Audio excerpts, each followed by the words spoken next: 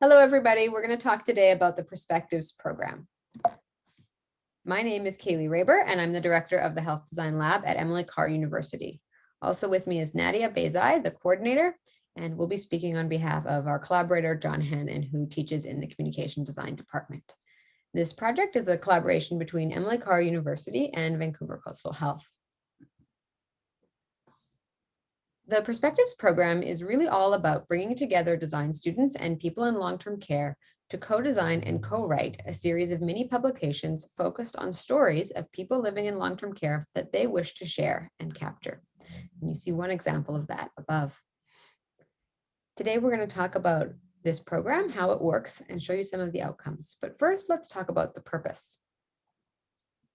We know that care homes are often limited financially and by capacity to provide a lot of rich social programming.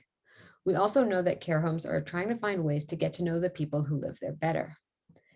At the same time, we know that people in care often experience social isolation and diminished personal identity. We know that many have limited meaningful opportunities for creative expression and often feel a sense of narrative foreclosure, this sort of sense that their story is over. With this in mind, we started to think about our design students at Emily Carr, who are generally predominantly young and have limited life experience, but they're highly skilled creative thinkers and visual communicators, and many are figuring out what they want to do in life. And so we started to think about how we could bring these two groups together. And so the ultimate goal of the Perspectives program is to create an opportunity for intergenerational exchange and storytelling that is sustainable, mutually beneficial, and harnesses the skill sets of everybody involved. And this program was really inspired by a publication that was being created with people living in long-term care in Zurich, Switzerland, with the designer Carolyn Kirchhoff.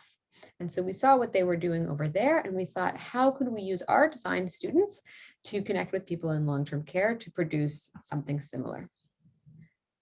So I'm going to start by showing you some examples of things that have been created through the course, and then we'll talk about how those really came to be.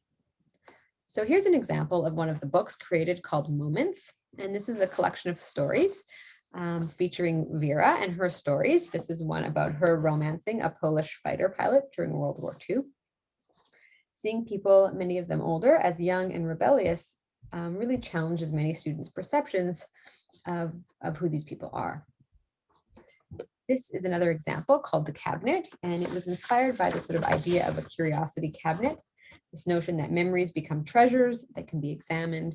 And in this case, the cabinet features the stories of Carol, Eric, and Mohammed, and it even features little pop-up elements. This is another example called Intersections. It starts on the front with stories of Lois Ann. In this case, we see stories of teenage rebellion and falling in love. And if you open the publication and read from the back, you'll be able to read stories of Steve growing up and traveling the world. And their stories sort of all connect together with a common thread, which is this program.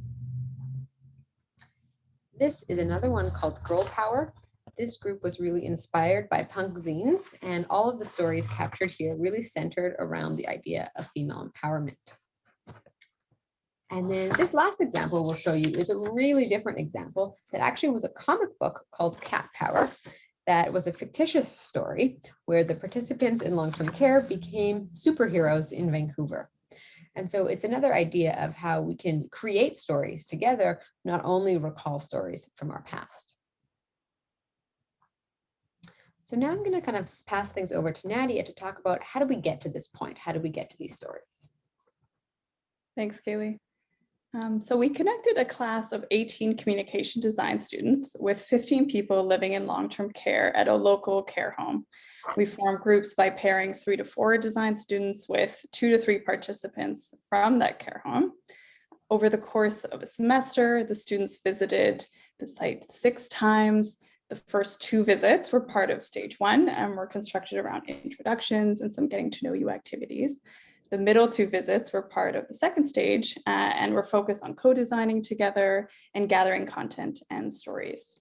The last 2 visits and the final stage of the program were about refining those concepts and that were gathered to date, reviewing the final printed drafts together, and producing the final publication to share back with their group and the full class. On the first visit, we started off with an icebreaker activity, as groups are often nervous in anticipation of the first day, and it can be a bit awkward to know what to say. The students and the co-designers asked questions back and forth as a starting activity. In this case, we had Elvis join for the first day, which was definitely a highlight. After that, students developed creative activities based on what they've learned for their first day. In this group, one of the participants was a professional bowler. So the students developed an activity around that and tagged specific follow-up questions to the specific things that fell over for that round. The groups created a box here based on their first conversation that they had and different words that came up, and asked their co-designers to pull out a word, talk about them, and map them out on a diagram based on their level of personal connection to those stories. Other groups did this through mapping exercises, multimedia, and collage. So after the fourth visits, students have gathered most of their content and are shifting into the production mode phase of the term. The stories are refined into editorial publications and taken back to their co-designers for consultation. During this session, the students are marking up their drafts and gathering any final feedback on their visual designs. A strong lesson is designing for real clients, who have strong opinions, rather than only designing for their instructor as a class project. For the final visit, students were asked to develop 40 copies of their publication, enough for the co-designers and care home to have multiple copies for trading back and forth, but also for us to keep some for our archive. To wrap up the program, each participant had a moment to share their experiences throughout the term, as well as share a few favorite stories from their publications. There were often tears on the last day as students and their co-designers reflected on their time together and what it meant to them. And so this is one person kind of sharing back in that full group circle. And now I'll pass it back to Kaylee, who will talk a little bit more about the research study. So we've now run this project about 6 different times over 6 semesters, and we're currently running it virtual for COVID, or because of COVID. And we've run it multiple times at Harrow Park and at Purdy Pavilion. And so as we started to run the course, we immediately saw that it was starting to have some really positive impacts. And so what we started to do was actually create a research study so that we could sort of gather those insights in a more sort of meaningful way. And so through pre and post surveys with students and interviews with people in long-term care and the staff, we started to gather a better idea of the benefits that the program has to offer. So for people living in long-term care, one of the main benefits that we heard was really the opportunity to be engaged in an activity that had a purpose.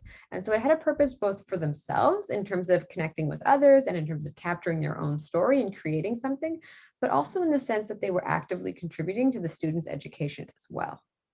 And so as one person said, it gives me a sense of involvement and that my life isn't over.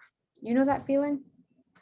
We also heard that the program provided opportunities for people in care to express themselves through creative and social activities, to spark the recollection of memories, and to have their story heard. As one student put it quite nicely, being older and having more restrictions, you begin to lose the things that made you who you are.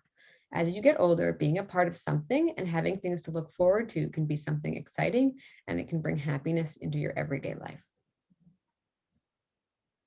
We also heard from staff that this project really served a purpose in the process of the making, in the way that people in care were able to connect with students, but also in the sense that this outcome that they've created allowed that person in long-term care to then connect better with staff, with other people in the home, and with their own families.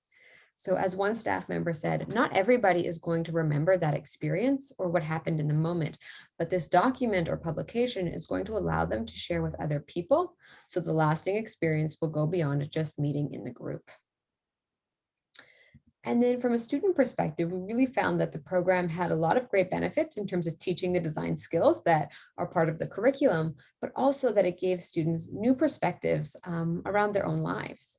So as this one student said, just having the chance to see how these people have lived is very inspiring in ways and makes me want to do things to make sure that one day I have a story to tell too. I learned not only about them, but also about me, my skills, my life, and where I can go next. And so with all of that in mind, our team started to think about, well, how do we scale this program and how do we get other care homes and other design schools and creative arts schools to think about doing something similar. And so we've been working over the last year to really pull together all of our insights and our ideas into a guide. And we now have these available on our website. And the idea really is to help provide some inspiration and an initial framework, and hopefully to inspire some art schools and design schools to go and approach care homes and to say, let's do this together. And so we really hope that if this, idea has intrigued you or caught your attention, that we would encourage you to go to our website to learn more and also to message us and to see if we can help support you in launching your own version of the program.